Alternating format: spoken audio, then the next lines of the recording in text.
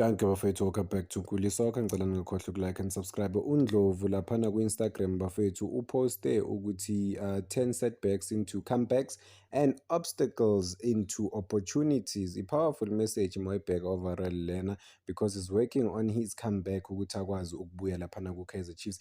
Siyazi ukuthi uthintekile-ke waba ku-injury, has been out for some time, but kubonakala ngathi injury yakhe ayikho difficult ngaleyo ndlela leyo. Sithemba ukuthi nje uzobuya maduzane from i-injury yakhe. Bayamdinga laphana esiswini ukuthi depth baphelele laphana abafana be-Kaizer Chiefs.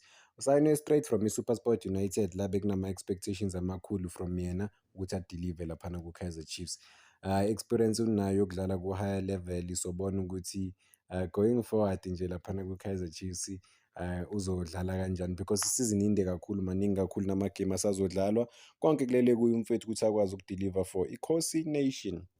Bayamdinga laphana kumakhosi ukuthi nalaba abathola ama-opportunities ukuthi badlale but bazi ukuthi i-bench le-Kaizer Chiefs li-strong. What I like about him, akanawo umzimba compared to amanye ama-player, but-ke he has the hunger and the heart to play for i-Kaizer Chiefs. I mean, ama-tackle wakhe ne-aggression yakhe, umobile, ukwazi ukumuva, i-flexibility yakhe i-good kakhulu, ukwazi ukumuva to different positions. Mebamba ibhola nokumbona esayidini, umbone egijima futhi usesenta wenza i-tackle. But-ke what I want him to minimize on ama-reckless tackles, unokushaya ama-reckless tackles unnecessary, agcine seyetholile ama-yellow card. So kumele a-minimize lapha. Aggression yakhe i-positive, yes, but-ke akayi-minimize, akenza ukuthi i-benefit yena in a long term, hhayi ku-short term nje kuphela. But-ke ihanga yakhe iyabonakala laphana ku-Kaizer Chiefs. It's something that is needed overall laphana ethimini, nabanye abadlali bakwazi ukuyi-adopta lento lena, ba-understand ukuthi ukudlalela i-Kaizer Chiefs you have to give your all. Akudlalwa laphana, whenever you're given an opportunity to play, you gotta give your all.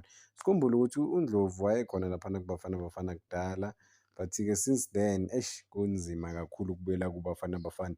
Sikhumbule ukuthi udlala ne-player lazi kakhulu bafowethu, aduma kakhulu nalo laphana kuma-Maritzburg United, which is uLebohang Maboy.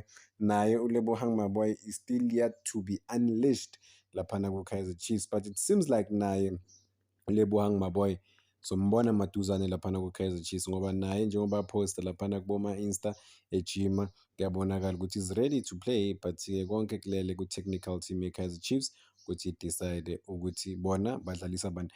Ngilalele uCedric i-conference yakhe bafethu ethi sebanayo i-team abaziyo ukuthi okay bafuna ukudlala ngale team le this season, just nje ama-setbacks alapho nalapho kuma-injuries, but ukuthi bona they've built i-team abafuna ukudlala ngayo this season. And then-ke possibly maybe-ke laba abanye bazongena ba-ede babhife up lapho nalapho, but-ke bona bafuna ukuba ne-team yabo abayaziyo ukuthi okay idlala ngalaba, and then-ke laba abanye bazoba-assista maybe from the bench.